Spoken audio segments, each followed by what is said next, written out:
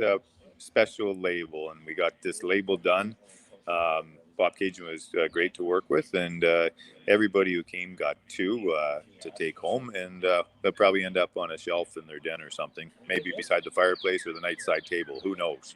It's their choice where they. Anyway, and then the hats are great, and each player's got one of those. So it's been really cool. It's a neat thing, really neat touch. It's kind of cool. Had a bit of a technical glitch on our end, so we're just going to recap a little bit in case you're just joining us. This is Jamie Carter. He's the general manager at Kawartha Golf and Country Club. They're celebrating the 75th anniversary of the Men's Invitational. Should be the 76th, I guess, when you look back. Based on last year, I mean, what can you do with COVID? A lot of things got canceled, but you got it in. And we're going to talk to Mark Aarons here in just a minute as well. And Mark's been around for probably a third of those tournaments, if not more. We'll have to double check on how many years he's been here. You wouldn't know it. What? Hang on, we'll bring Kawartha Carl in here too. He's backstage. We'll get all four guys on here. We'll have a foursome. There you go. The dream foursome. There you go. Morning, Mark. Good morning. How many years have you been involved now? How many years have you been at Kawartha? My wife always reminds me, but I think it's 23. Okay. Yeah. That's awesome. How long have you been married? Bring that up. Sorry, trust it to Carl. I was always known for. You never know what I was going to say. Carl, the only bachelor here, bringing up the marriage question. Yeah.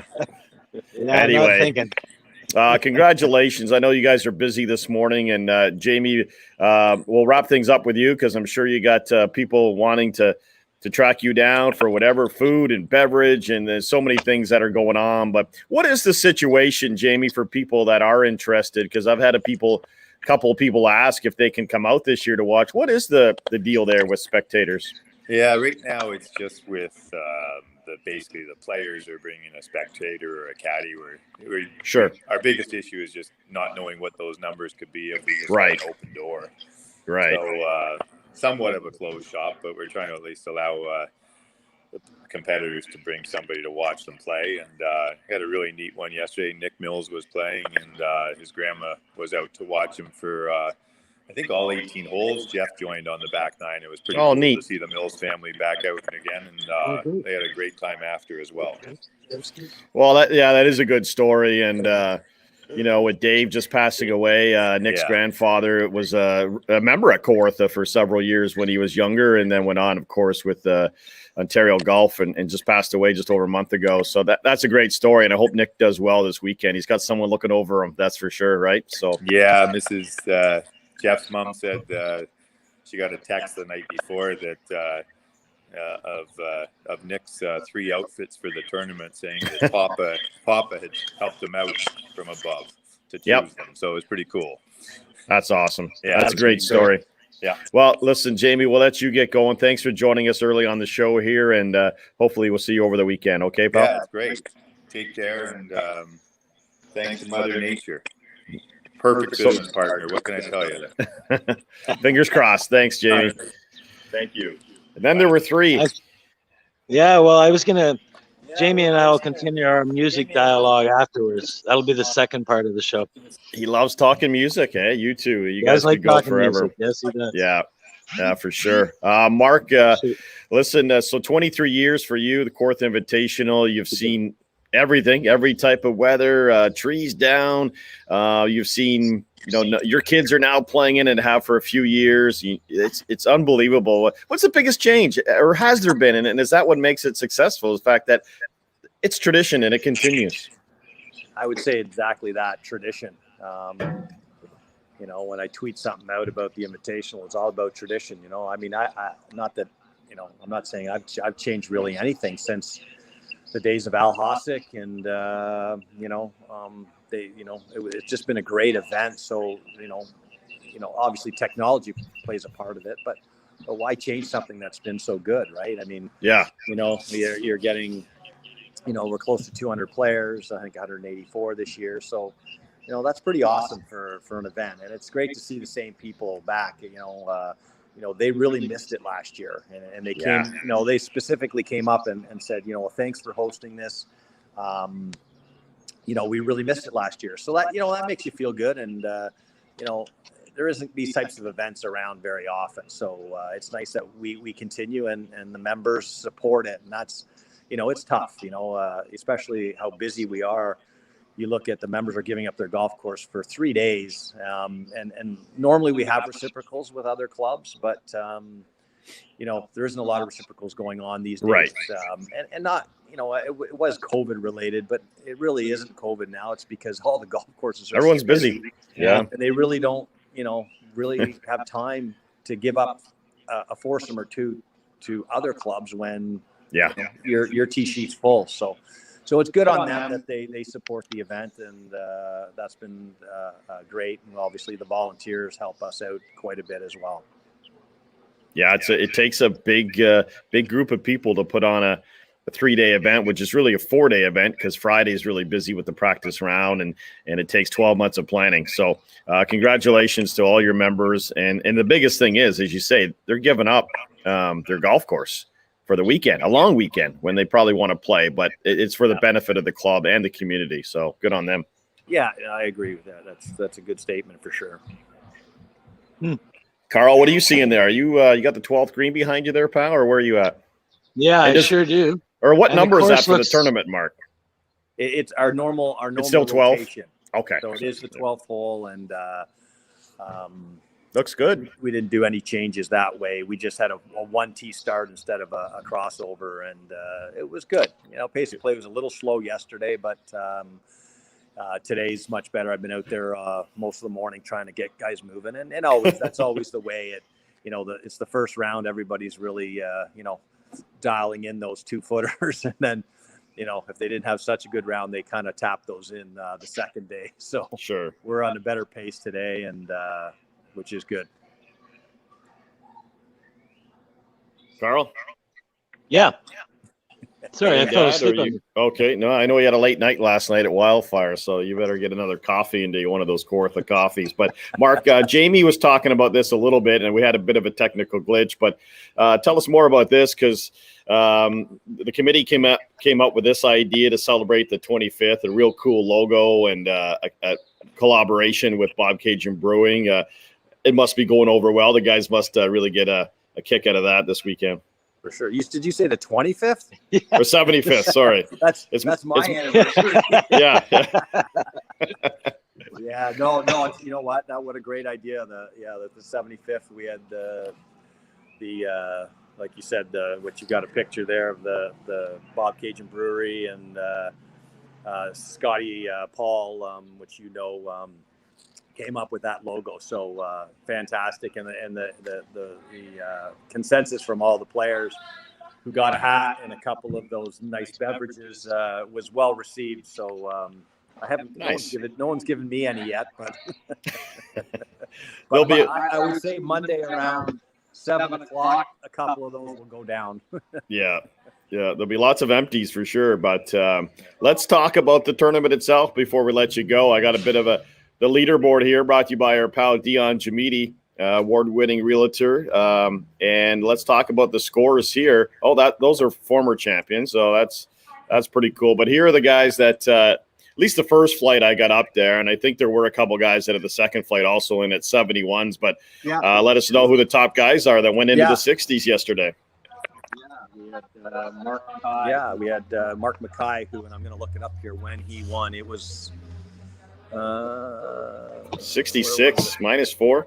Yeah, so 2000, but in 2007 he was the champ. So but 66 for him was a great score, and he's obviously have ties to here. He was a member here for a long time, and now he's at Rideau View, Ottawa way. So he'll be tough for sure. And then Josh Stalteri, a new member here, was 68. So two good scores. The only two that were under par.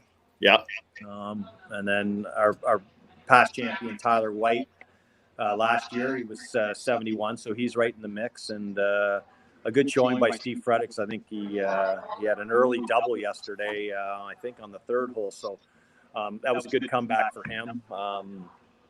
And then Jake Shaughnessy and Andrew Crampton in at 71 as well. And we did have a couple guys, like you said, in the second flight that shot 71. Ken Lafreniere from Rivermead and Mac Maloney from the Quarry.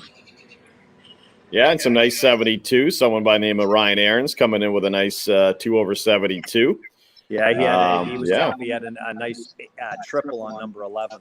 Ouch. 72 with a triple on a par 5. So he could I know it's a what if situation, but he could have easily been 68, 69 with that.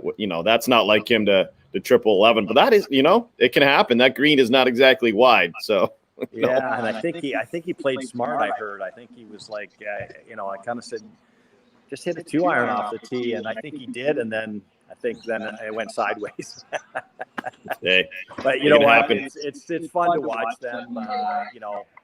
It's the days of, really worrying about it. And as a father, but it's just fun to see them out there having a good time with their friends. And they still love to compete, which is good. And Mitch was the same. Mitch was decent yesterday, but I think he had a couple of doubles. I love the fact, Pete, that we're into these multi-generational. Mark Crampton, a pro, his son. You got Salteri, that would be Darren's son. Of course, Mark's son as well. So 2 boys, it's pretty cool, eh? Yeah, well, I mean, it's great that they've grown up in the game, and not everyone takes to it, but obviously you're around it. You grow up in the back shop. You're always out there chipping and putting, and we're seeing that at the NHL level too, right? I mean, there is. I'll be honest, I'm not gonna lie. There's an advantage to having a mom or a dad who's a professional athlete. Like, you just take me. There was an advantage to me. Yeah. My dad was in broadcasting, and I grew up in it, so it's just like I had a bit of a slight edge there. And by no means as someone like Mark or giving anyone a free ride, but when you're around it, whether it be golf, hockey, no matter what, if you're around the family business, and you still got to put in the work on the range and on the course. So good for them. It's great to see. They would have been what, 1 or 2 when you guys first arrived, Mark? Just little toddlers. You know what? I don't know if I probably have told you this story, but 23 years ago, I guess. Yeah. My wife, Betty Ann B.A., as everybody knows her, we came up this weekend. I had a head pro job in the city of Toronto. Yeah. And my boss at the time said, you should go check out this Kawartha Golf Club. There's a job opening up there. And so, okay, I'll head up to Peterborough, and the kids were with us. And I came in the driveway. We wanted to check out the golf course and the golf club, but the city of Peterborough, we spent the day downtown, and we came in. I just came in the driveway, and it was the tournament weekend. Yeah. Oh my God. The August long weekend. And sold you. Well, absolutely. But the funny part is, as soon as I came in the driveway and I saw all the signage, I said, "Yeah, I played in this tournament."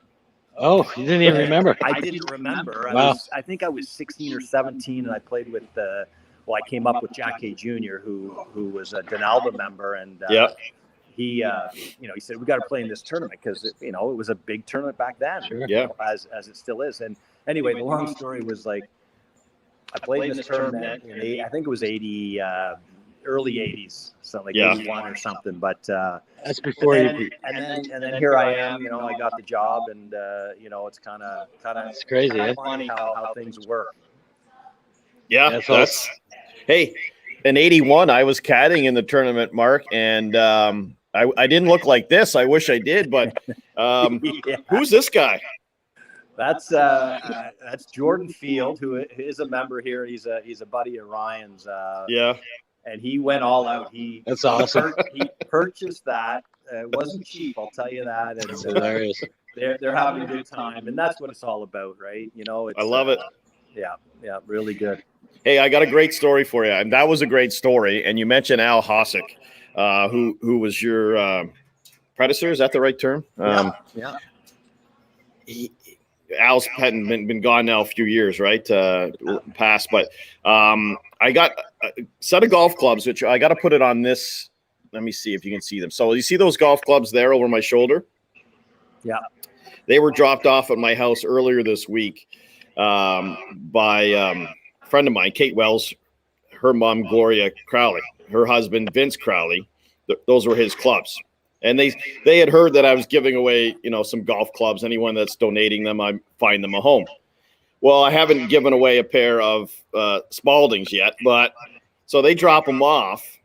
Then I find out the story behind the club. So I'm going to go get them. Hang on one sec. You might know where this is going, but crazy. I'm guessing it's got something to do with Al Hossick. Mark, my nephew's playing here now as well. Declan Reddy. Yeah. So sorry about that. I need an assistant here, like the real golf shows. So I asked about the story behind the clubs, and these are pretty old. And I actually took one over to the golf club on Wednesday night because I wanted. Here's a closer look. I wanted to hit this 2-iron just for hits and giggles. You know what I'm saying? Like I thought it'd be fun. Like look at it. Like it's basically a blade, right? Like pretty much. And so I took it over. I thought I want to try and hit these. They're top flight professionals. And I got thinking these got to be from the late 60s. Like just guessing. Yeah. And so then I got the story, and apparently Vince Crowley bought these off of Al Hossick when he first arrived at the Kawartha Golf and Country Club in about 1967. Does that sound about right, Mark? Yeah. And they were his, like he didn't buy them off the rack. These were actually Al's personal clubs that he, bought off him. Because you guys get new clubs, pretty much every year, every couple of years, right? Every couple months, yeah. Yeah. And so they're Spalding Pro Lights. And these, from what I'm told, belonged to Al Hossick when he first arrived in Peterborough. That's cool. So, awesome. How ironic is that they arrived kind of at my house the week of the tournament. Yeah. And it all just kind of comes together. And then the putter, check out the putter, Mark, and we'll let you go soon because I know you're busy. Yeah. He's got the lead tape on the back that Al had put on apparently, just to make it a little heavier, which a lot of guys did back then. Look at that, baby. Yeah. You might have to hold on to those, Pete. Needs a new grip from Tony's, though. Look at that. I mean, we'll have to get to Tony's. But pretty cool story, eh? Absolutely, yeah. Those are the, I've got a few old sets around, and some members here have given us some stuff over the years, which is pretty cool as well. But that's awesome. That's a neat story for sure. Well, if you want them, let me know. They it might be tougher to find a home for these, but they got a great background. That's one of those classics you keep around for sure. You don't want that putter for sure. Yeah, maybe the putter I'll bring over. But before we let you go, Jamie touched on it a bit, Mark, but let's just take a look at some of those multiple winners over the years. You had tweeted out some of all the champions over the years, but look at that. Paul Davis, he just seemed to dominate there in the 80s and into the 90s. 5 times he won it. Yeah. Bruce Brewer with 3 victories as well. Bruce and Mark Brewer, they pretty much, like every year, they were atop the leaderboard there, and some great names. Mo Norman 3 times, Nick Westlock 3 times. They were good friends. Played probably together. Do you think, Mark, back in the day, they would have been in the leader group several times together, those two? No, for sure. I mean, I honestly, that's just so cool to see the names and I did tweet that out, but some of the comments I get back, that's just a who's who of golf in Ontario, and those names are classic. Jerry Kesselring and Mo and just Nick Westlock and Johnny Kindred's on there as well. Yeah, Ben Kern, the late Ben Kern, and Gar Hamilton. So pretty cool names. All right, we'll let you get going, Mark. Appreciate your time. It's a busy weekend. You're right in the middle of the 3-day event, and we'll keep our fingers crossed that Mother Nature does, cooperate this weekend and enjoy it. And congratulations. I appreciate that for sure, because we were not planning on golfing today. No. It was like, okay, it's going to be a 2-day event. Anyway. So thanks, whatever you're doing out there, and what you're doing for golf here too. That's great, Pete. And I'm sure we'll get a game sometime this year, or maybe with your son, which I think was, I don't know if it was last year or the year before. I think it might have been last year we played at Peterborough. You guys did, and I think you gave him a few tips, like just quietly. And I thought I had a picture of it, but anyway, he was playing with Carl Asta the other day. You know, Carl's a beaut, and his boy. I didn't get to play. I was busy, but anyway, he almost dropped one in on number 4 there for a hole in one. He just missed it. Carl sent me a picture of it, so that would have been kind of cool. But yeah, we'll get out for a game for sure. Yeah, thanks so much for everything. Appreciate Cheers. it. Thanks. That's Mark Aarons, everyone, head professional of the Kawartha Golf and Country Club. And we caught him on a pretty busy morning. We appreciate his time because it is, a busy weekend over there. There's so much going on at Kawartha during the Invitational, a 3-day event. Carl, and you're right in the thick of things there as well. Yeah. And overlooking the 12th green. And what kind of feeling you got over there? Is it kind of neat to be right in the middle of it? Yeah, always. And,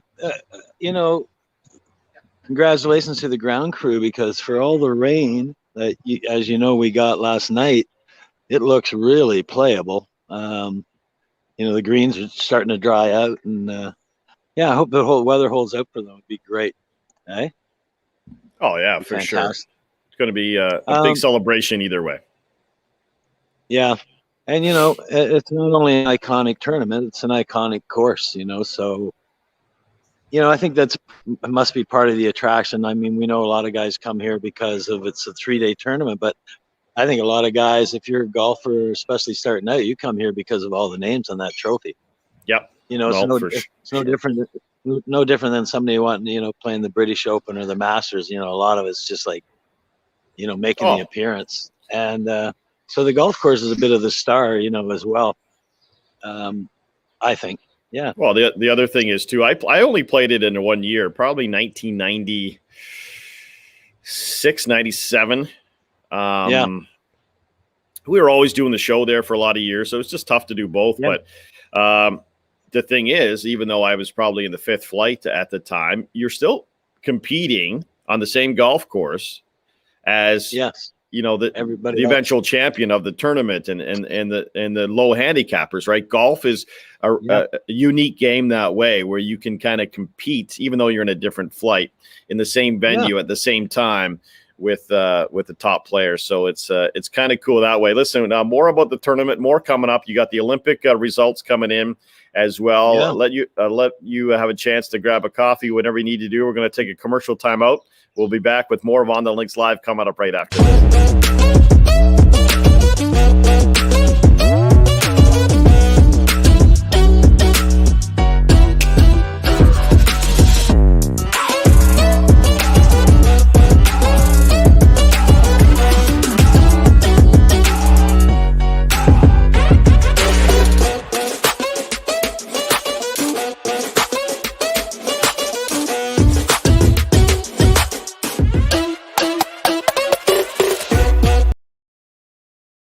Welcome back to On the Links Live, brought to you in part by Sandbagger, who we just heard from. And later on in the show, Carl, we have a little feature I did with Jay Rowan earlier this week about Sandbagger, about the Kawartha Invitational, about his dad, Bill, and how it all came together. So we're going to be... Bill played in this tournament every year, I guess, eh? He played. He was a long-time player in it, and by no means did he ever threaten to win the overall title, but he gave it a go. No. Often he threatened to have the most fun. Yeah, absolutely. So that's coming up. Here's a throwback photo. Like, check that out. Does that not look right at a Caddyshack or what? That's crazy, eh? Wow.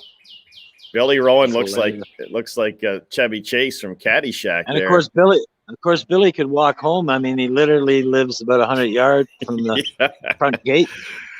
Well, he could have walked home. A lot of time. Yeah. I spent a lot of time in that backyard. I imagine he walked back to the Kawartha Club a few times to get his car the next day. Yeah. I'm sure. Oh, hey, listen, just wanted to finish off that story about the golf clubs that you see over my shoulder here. And look at the bag. I mean, that's a classic old. It's heavy as heck. It's got, I don't know what it's got in it. They dropped it off in my house. I opened it up the other day, and this is what I found in the bag. I was like, there was a white sheet of paper in there. I'm like, well, this is interesting. I'm going to take a look and see what it says. Okay. So there it is. That was in the pocket. of this bag that was dropped off, and it was the second annual Kevin Silvestri Memorial Golf Classic. I was a friend of Kevin's. We went to St. Anne's together, and of course the Silvestri family, well known, Marty's brother and such. Look at the date on it. Look at the date, Saturday, July the 27th, 1996. Okay, I opened up this paper on July 27th, 2021, exactly 25 years ago of the tournament. And guess where I was that day? You were here. No, I was playing in that tournament. I know.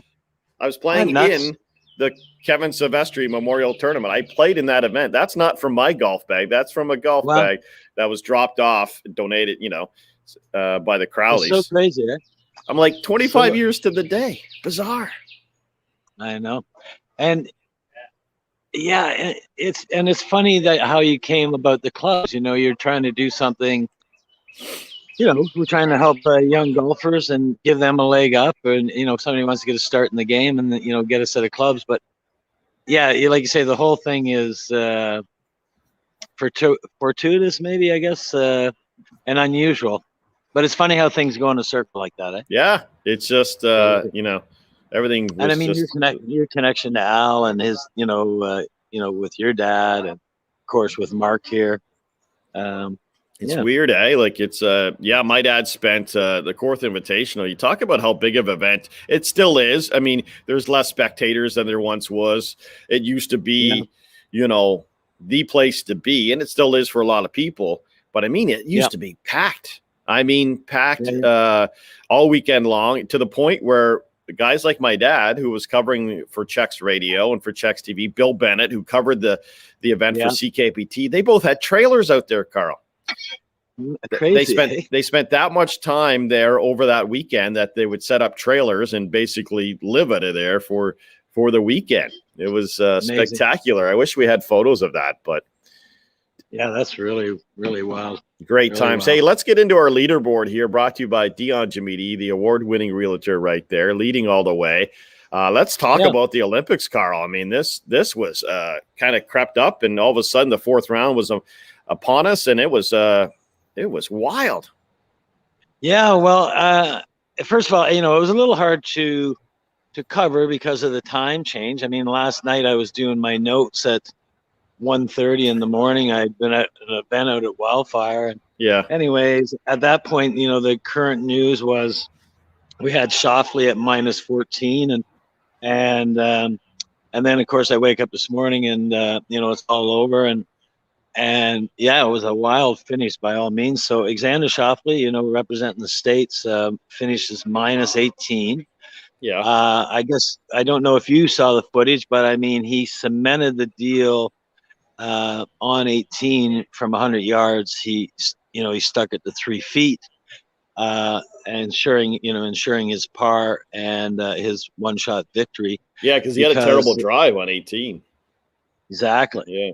And so, and he openly admits that, like a lot of these guys do, that they're starting to realize just how special winning a gold medal is compared to, $1 million on the tour. Like, there's something attached to it. And because you see a lot of the comments from the players from the different countries saying how, they're excited and they're nervous. And so it's a pretty good story for sure. But I guess the story was for the bronze medal, 7 guys tied for third. Yeah. Which I thought was interesting because you forget, on most days they'd just be dividing up the pot for the third place money. But, there was a medal on the line. And CT Pan won the bronze. And it was like a horse race. It was like at Pinecrest there though they divided them up into 2 groups. I thought they should have just sent them all out. I think that would have been wild.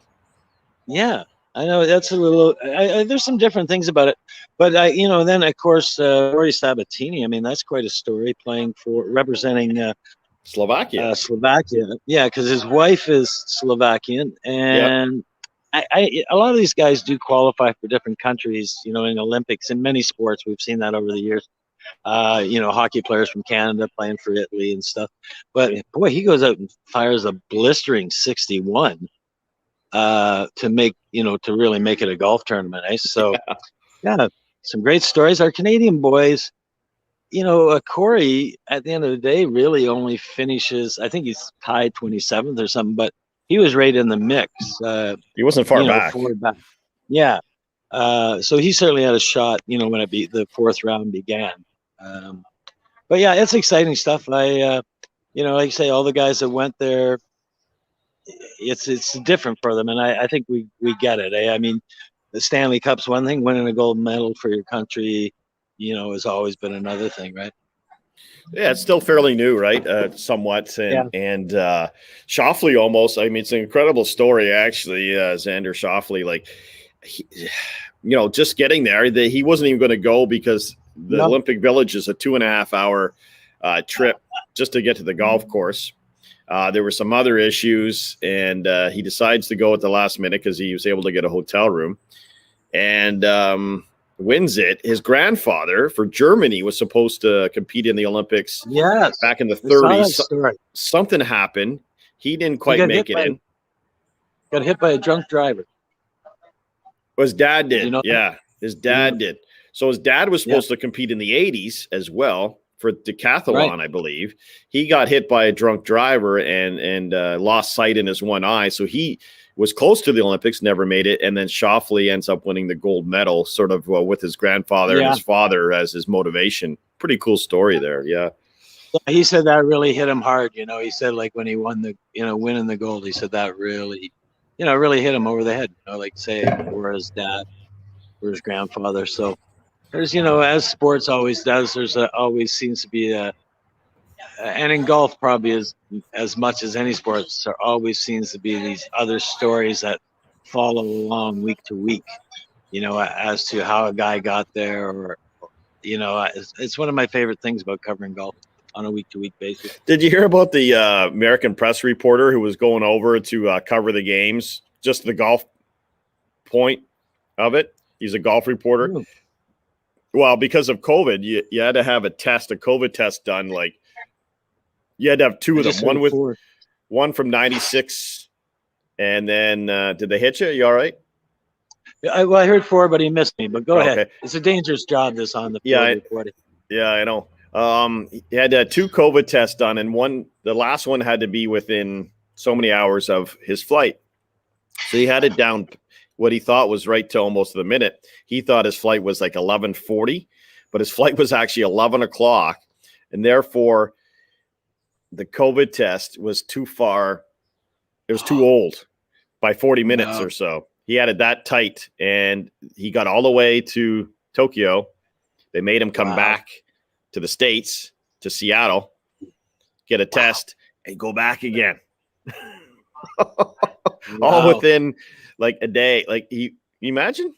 Wow, crazy. I didn't know that. Yeah, that's crazy, because anybody who's ever flown, you know, a 10 or 11 hour flight will tell you doing one leg is bad. Doing 2 would be, it's hard. I wouldn't be able to pick up a golf club from the jet lag. Yeah, that's crazy. Cool story, right? Really interesting crazy, stuff. All right, time to get into our tournament tracker. We got a big event we want to let everyone know about. Peterborough Junior Lakers are having their first annual golf tournament out at the Quarry on Thursday, August the 19th. It's a 1:30 shotgun. They really want to just start ramping things up. The juniors are really making an effort to be competitive again, and if you can raise some money for them, that'd be great. Jeff Ralph, who's a great guy, is putting all this together. Yeah. You can contact him, and that should be a great day. It's a Thursday, August the 19th. It's coming up, actually, in just a few weeks when you think about it, 3 weeks away. And it's their first one, so support that if you get a chance. Yeah, and I want to just say, you know, you're talking about a couple of things there. Well, first of all, you know, golf and its connection to charities. I'm wearing a hat that is the Crime Stoppers they hold out at the Quarry. Which is a fundraiser every year, and I get involved, you know, driving some people out for that tournament. So, you know, there's that side of golf. But you're talking about juniors. I mentioned I went out to Warkworth last Sunday and met some friends in the afternoon there, and late in the afternoon. But there was a tournament on with a father-son, father-daughter. And, you know, they had like 40 or 50 people competing, you know, and all the young kids. And I feel like I'm noticing it through COVID. We know that a lot of people are coming to the game. You guys alluded to it earlier. Yeah. But but it's that's a great thing. And I know my nephew Declan, he joined out here the junior program, and so I'm really encouraged by that. Because it's been a little lean. We had the early bump with Tiger, right, 20 years ago. So all these, it's really nice to see, the juniors out and about. And I think they've always had a pretty strong program here because Mark and Betty Ann are so, involved. And I know Mark's, they probably have one of the better junior programs around, I think. Well, Sam Meek, for example, is making his debut. He's hitting the Canadian tour. I don't know if he's playing as an amateur or officially a professional, but that's just one example right there. Oh, absolutely. Yeah. I mean, going back to the Al Hossack days, I know Kawartha just had their parent-child event, which is always a great event where the families can play together on a Sunday. It's always good. Ironically, speaking of golf, congratulations to this young gentleman over at the Peterborough Golf and Country Club, Benny Bowen. He won the junior championship over there, the under-15 championship, and a nice little trophy to have for the year. Quite an athlete, Ben, for sure, eh? And a heck of a hockey player. So, yeah, that's great. Congrats to him. I heard he's a bit of a phenom on the golf. So, one of these kids that excels at all sports, eh? Kind of like yourself, Pete. Is he on Declan's hockey team? Are they teammates? Or? Yeah. They have been kind of all the way up. And fortunately, I think we're going to lose Ben to the Toronto system maybe this year. I believe is my understanding, but the roots are deep. The roots are deep in Peterborough. So, by the way, when I was over at Peterborough the other night, I tell you what, all golf courses, Carl, whether it be Workworth, Pinecrest, Kawartha, but look, I mean, I've never seen it so green. I've just never seen it so. Man, that's number 16 over at Peterborough. I think one of the best par threes. I think that's a hole that doesn't get talked about a whole lot. It is a hard par three, but I just love the elevated tee. Great hole. Number 17 is another golf hole over at Peterborough. That's a little quirky because of the tee block, and then you kind of gotta go up the hill. Like it's two holes in one, if you will. But once you get up top, I love the hole from up top. Once you get up there, that second shot, and look at that. It's just a really bunkered well. Yeah. I have a lot of, Or is that 18? Hang on a second. That might be 18. I don't know. I can hardly see the monitor here. It's very hard. That actually might be 8. My apologies. It's funny that you say that, though, because I find with just about, we've been lucky. We get to play a lot of different courses over the years. And again, whether it's Pinecrest or Warkworth or any of the ones in this area, I always find myself on a certain spot on the course where you look around and go, yeah, this is beautiful. Like out here at Kawartha, I don't know the number anymore, but the one on the back off the hill, heading back down towards Lansdowne is a really great vista, if you will. And even here where I'm looking here on, what hole did you say this would be? 12, I guess? You're looking at 12 right there. And great. You're talking about a lush. Great par three. You got, you may be talking about the hole. Are you talking about the one over across the other side of 18 there? You're talking about 13? 13. That would be it, yeah. It's beautiful. It's a great hole. Yeah. That is, that's one of my favorite holes. Play a little fade off that. That'd be set up perfect for you. Yeah. All day long. All day long. All right. Yeah, but you're right. The courses are all super outstanding this year, and green as green can be. But we're lucky. We're getting the rain. Talked to friends the last couple of days. I've talked to a friend in BC and a friend in Calgary, and they're having a pretty tough summer. With no rain, hot, and then of course the smoke from all the fires. So. Yeah. As much as we got irritated by the rain a little bit, we're lucky we're getting it. It could be a lot worse. Yeah, there's no question about that. It could be a lot worse for sure. As we wrap up the show here a little bit, here's a look at the first group that went off yesterday, 75th Invitational with honorary chair Richie Kavanaugh. I think Richie's been around for all 75 of the tournaments. He was just a wee lad, probably in the first tournament, or maybe maybe he's just shy of his 75th birthday. I don't know. But I think that's Rob Elliott there, president. I think that's Warren Bath and a couple of the lads. It's hard to see. My monitor's pretty small here. But that was the first group off. Couldn't do a tournament without all these folks helping out. Oh, for sure. I'm sure Maryland Self is around there somewhere, and I haven't seen. I'm going to take a wander as we wrap up and see who is around and say hello. In case you missed it, this was classic. This guy here caddying. He looks more like Morty from Meatballs. You know the movie Meatballs, the Canadian actor. He was in the Leon's commercials for years. Yeah, actually, it's funny you mentioned Meatballs. I just got to tell you, I was making a delivery up Minden Way a week or so ago, and I went to a camp White Pine. I drive down, and there's tennis courts and there's basketball courts and climbing walls. Anyways, I was pretty impressed. There's and it's where they filmed Meatballs.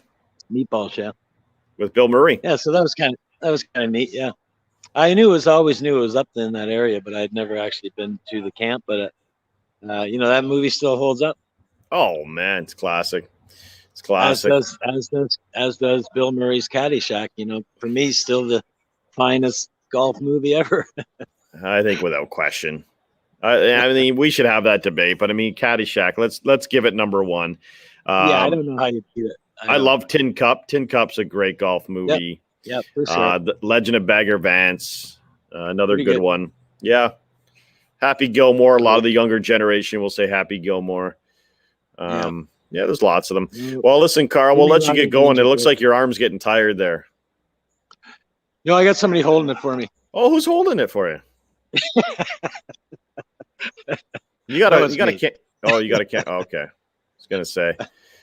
We're gonna leave. That was fun. It was nice to get over here and see Mark and everybody. It's been a while. Just a couple quickies. The Dollar Store, Noah's store up at Brookdale Plaza. If you're looking for some deals, it's open again today.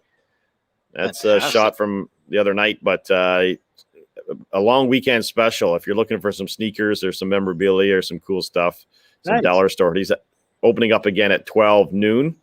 Want to shout out to the crew working on my new set here at the home, the Hope Brothers Construction, good West Enders.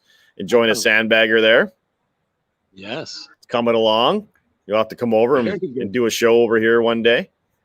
Yeah, are we putting in the putting green, or could you sell that one to Sarah? Yeah, we may be putting in a green. Yeah, there's a good chance. There's a good chance of that happening for sure.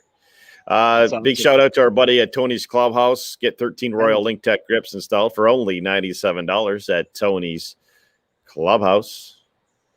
Yeah. And also, again, another shout out to our friends at Bob Cajun Brewing. I like this beer, Carl, the old Bobber. It's only 2.5%. So that's kind of awesome. Yeah. That's a good golf beer. Yeah. And that was a good interview, too.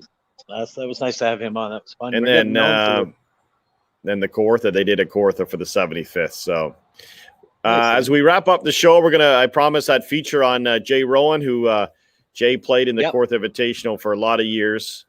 And, he certainly will be back to play when things settle down with Sandbagger. I'm sure he'll be back in the sixth flight there playing. But here's a little feature we did. Carl, we'll let you get going. Okay, pal. But we'll catch up with you next week. Really good. Have a great week, buddy, and have fun there on the links.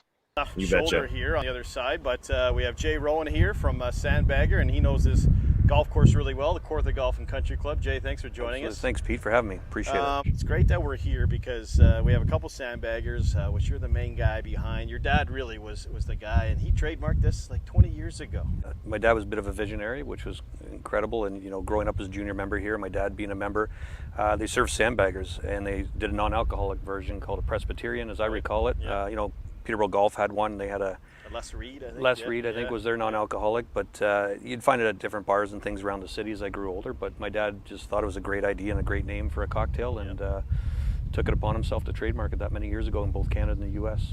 So your dad passes away in around the same year my dad passed, I think, within weeks. Close. I think 2018, right? Yep. So coming up to 3 years, and you wanted to do something with this drink to honor him, and at the same time, you know, it was a good business model too. How did it all come down 3 years ago? Yeah, it was just a fun project, and you know, I kind of said this is what I want to do on behalf of my dad, and every can has his initials on it, as you know, right there, WJR, yep. William Joseph Rowan. Yes, sir. You know, started with some friends trying to recreate the sandbagger, just to a different degree, a little less sugar than it's made traditionally. Went with gin. Tried to make it with vodka. We just found gin the better tasting of the two. Your dad would have preferred vodka, though. I think he would have went vodka for sure. We would have fought over that one, that's for sure. And then it just came down to the can design. Actually had a totally different can design initially, but was working with Stacy Butcher, and she's incredible what she does. And I had a vision one night of sitting around, and when you hit out of a sand trap, spraying sand out as you hit a ball. And I started texting her pictures of what I thought, and back and forth. And a couple hours later, we came up with what you see today with the can, the finished product. A lot of people think it's real sand, they'll ask me, but it's actually a grit varnish that's just put on to give it a little bit of texture to it. So, yeah. It's if just, they want to believe it's real sand, I would go with that. It's right from Augusta. Yeah. But it's a great, Stacy did a great job on the can, and that's been one of many things that's kind of fallen in place, right? Unfortunately, COVID hit. You're stuck with 2,000 cases of your first batch, but it actually worked to your advantage. Yeah, I mean, we got a captured audience. Everybody was kind of stuck at home. You know, your friends are always, you make something, they're going to try a couple cases to help you out. But fortunately for myself, they liked it, and they shared it with their friends, and they began sharing it with others. And it was really nice to see on social media, things like Instagram and Facebook, of people would take a couple cans and put a bow around it and put it on a nurse's doorstep at their house, or a teacher or somebody. And so it started to take off that way. And then they liked it. They would buy a case and they would share it with their friends. So I know a lot of you know, people in the healthcare field, and like I say, teachers really gravitated towards it. And it kind of blew up around Peterborough, and then down in Windsor. You know, Daryl launched it down there. We've had a lot of success down that way too. And then the LCBO, you know, launched 3-4 months ago, and we're in over 400 stores now, which is great, in Alberta as well. Alberta as well, yeah, you know, where they're doing well. So it's an incredible story, and this weekend there'll be several enjoyed here at Kawartha tournament. You used to play in the Kawartha Invitational with your dad quite a bit. Yeah, we bring back good memories. Hope to get out here and watch a few people. A lot of names I know, obviously, and fortunate enough to live close like I did growing up, and I can just walk over here and watch some people play some golf. You might have to, because parking's at a bit of a premium. Yeah, even today it is. It's crazy. But that's okay. Get dropped off so you can enjoy a couple sandbaggers. You don't have to worry about driving home. But Jay, all the very best. Continued success to you and the team, because I know it's a whole team that's making this thing work. So well, thanks for all your support too. Since day one, you've been an incredible supporter of Sandbagger, and we greatly appreciate it. So even thank you. got the T-shirts. Yeah. Yeah. Cheers, buddy.